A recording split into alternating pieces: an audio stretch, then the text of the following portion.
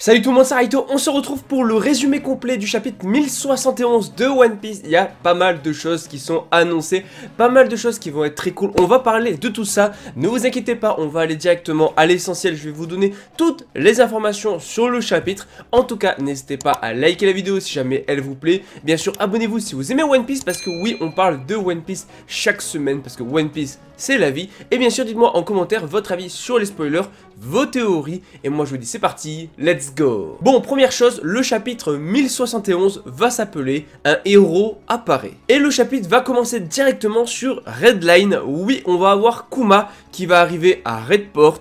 Mais surtout, tout le monde est paniqué en le voyant, ce qui est tout à fait logique. On parle quand même de Kuma. Et surtout, il marche vers le symbole du gouvernement mondial, près de l'ascenseur qui justement relie le port à Marie-Joise. Oui, Kuma est sur le point d'aller à Marie-Joise. Maintenant, qu'est-ce qu'il va y faire? C'est une très bonne question. Mais franchement, ça envoie du lourd et j'ai hâte de voir ce qui va se passer. Maintenant, retour à Egghead. Et on a Stussy justement qui est en train d'expliquer que Lucci n'écoute plus du tout l'ordre de la marine. Et il n'écoute même plus rien du tout. Il ne veut qu'une chose, c'est attaquer Luffy et Vegapunk.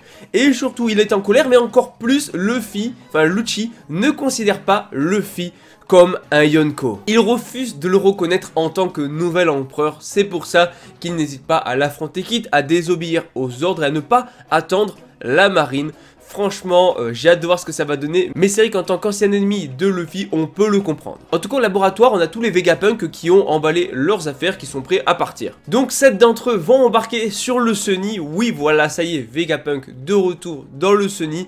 Le truc, c'est qu'on ne voit pas Atlas dans le chapitre en tout cas. Et on a également droit à une autre information hyper importante, parce que Edison, soit l'un des Vegapunk, va dire qu'il va demander de l'aide à une personne. Oui, on parle d'une personne qui se trouverait sur l'île de Egghead, mais on n'a pas plus d'infos dessus. Bien sûr, il hésite à faire appel à cette personne parce qu'à partir du moment où cette personne va aider Vegapunk, ça veut dire qu'elle sera aussi traquée par le gouvernement. Donc si cette personne l'aide, soit du coup elle va retenir déjà le CP0, etc. et peut-être la marine. Maintenant, qui est assez puissant sur cette île-là qu'on ne connaît pas? Parce que oui, cette personne-là, on ne sait pas vraiment qui c'est, puisque il l'appelle cette personne, la personne mystérieuse. Et voilà, elle parle avec Vegapunk. Finalement, on ne la voit pas, elle parle en termes polis et on ne voit que son visage mais sous forme d'ombre. Et il parle par Denden Mushi. Donc franchement, j'ai hâte de voir avec qui il est en train de parler, qui sur cette île, qui sur Egghead pour être assez puissant pour retarder le CP0 et la marine pour qu'ils réussissent à s'enfuir. Franchement, j'ai hâte de voir de qui il peut s'agir. Et c'est ouf parce que Vegapunk a tellement confiance en cette personne qu'il pense qu'elle peut retarder le CP0, s'occuper du CP0 jusqu'à ce qu'ils aient le temps de quitter l'île. Donc vraiment, c'est quelqu'un qui doit être un haut level. Maintenant, j'avoue, ça a trop de mystère par rapport à cette personne. J'ai vraiment hâte qu'on découvre de qui il s'agit. Autre information, on a le frontière d'homme qui va disparaître. Oui, il va disparaître alors que pourtant il n'y a personne dans la salle de contrôle. Donc du coup, il n'y a personne qui a fait quoi que ce soit, mais il va disparaître. Et on a Lucci qui va se demander si c'est un piège, déjà logique. Et en plus de ça, le CP0 qui va utiliser Gepu pour s'approcher du laboratoire. Et donc on a Pythagore qui va, je crois, réactiver le frontière d'homme. Et on a donc le CP0 qui se trouve finalement déjà à l'intérieur du laboratoire. Maintenant, le CP0 va repérer le Thousand Sunny. Oui, le bateau de l'équipage de Luffy a été repéré. Et qui c'est qui va être envoyé pour le détruire sur ordre de Lucci? C'est Kaku. Et franchement, ça annonce du lourd. Pourquoi? Parce que Kaku est sur le point d'utiliser le Rankakyu directement sur le Thousand Sunny. Mais qui se trouve sur ce bateau? Déjà, on a Brook, mais surtout, on a Zoro qui à l'époque avait affronté justement Kaku. Donc juste trop hâte de voir ça. Surtout que on va avoir un Kaku qui semble paniquer devant le fait que déjà Zoro va bloquer son attaque alors qu'il dormait. Le mec se réveille, voilà, il nous fait une action badass. Le mec se réveille, il bloque l'attaque d'un agent du CP0 tranquillou. Et en fait le combat va être très court, ça va durer 3 planches de ce qu'on va voir en tout cas. Et Kaku va être clairement en panique. Et en même temps, j'ai envie de dire que c'est normal parce qu'il y a Zoro en face. Sinon on a Luffy, Chopper et Jinbei qui vont se réunir avec l'équipage. Donc ça y est, Bonnet n'est pas avec eux. Oui, Bonnet n'est pas là. On a aussi Robin qui va se rendre compte que le vrai Vegapunk a disparu aussi. voilà, ça y est, c'est la panique à bord, tout le monde est en train de disparaître.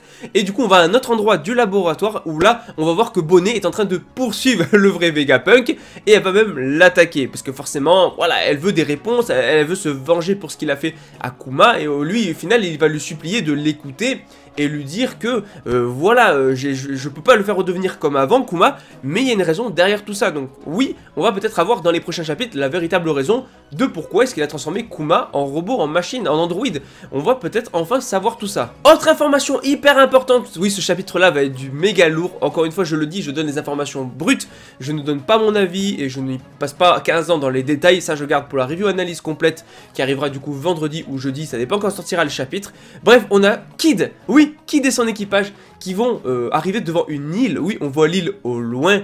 Et cette île n'est autre que Elbaf. Très très intéressant finalement. Donc voilà, c'est bien Kid qui arrive au niveau de Elbaf. Donc peut-être, j'aimerais bien en tout cas qu'on voit ce qui se passe du côté de Kid pour en savoir plus sur Elbaf, sur les géants. Peut-être même qu'il va trouver les livres d'Ohara, etc. Donc j'ai hâte de voir ça, mais j'espère que ça sera pas fait en off, donc voilà. Autre information, oui, il y en a pas mal. À la base, du coup, Marine G14, on a le vice-amiral Dol, enfin plutôt la vice-amiral Dol qui se dispute avec quelqu'un sur Denden Muchi. À votre avis, de qui il s'agit? Parce que oui, voilà, Dol, il est en mode, ok, bon là, tous les bateaux, ils doivent se diriger vers l'île de Egghead, voilà, c'est la priorité, parce qu'il y a un empereur, une guerre qui vient d'être lancée, Kizaru va là-bas aussi, donc ça, et tout le monde y va, tous les bateaux de la marine doivent aller normalement sur Egghead, c'est considéré comme la priorité. Mais la personne à qui parle Dol, c'est Garp. Oui, Garp va passer à l'action. Et vous savez pourquoi? Parce qu'il est là. Garp qui débarque, qui dit je viens d'arriver. Dol qui est en mode quoi? Mais Garp qui va répondre. Oui, parce que oui, à la fin du chapitre, on a le bateau de Garp qui arrive au port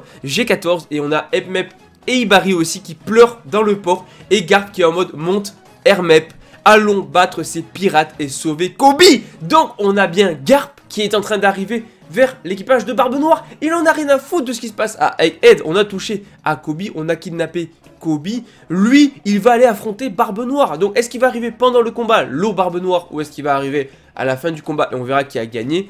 Je sais pas, mais j'avoue, ça va être incroyable. Donc voilà, n'hésitez pas à me dire en commentaire ce que vous avez pensé de cette vidéo spoiler. J'ai même envie de dire de ce résumé complet. Beaucoup de choses vont se passer. C'est pour ça que du coup, là, on fait un résumé complet où je vous donne l'information brute. Mais du coup, jeudi ou vendredi, je vous fais la review analyse complète où là, on va parler en détail de tout ce qui se passe. On va donner beaucoup plus d'informations, on va faire des théories. On va bien évidemment, j'ai donné beaucoup plus mon avis. Chose que finalement, je ne fais pas trop dans cette... bon, ça s'entend à mon intonation, mais que j'ai kiffé le chapitre. Mais je veux dire, voilà, je donne un peu moins mon avis.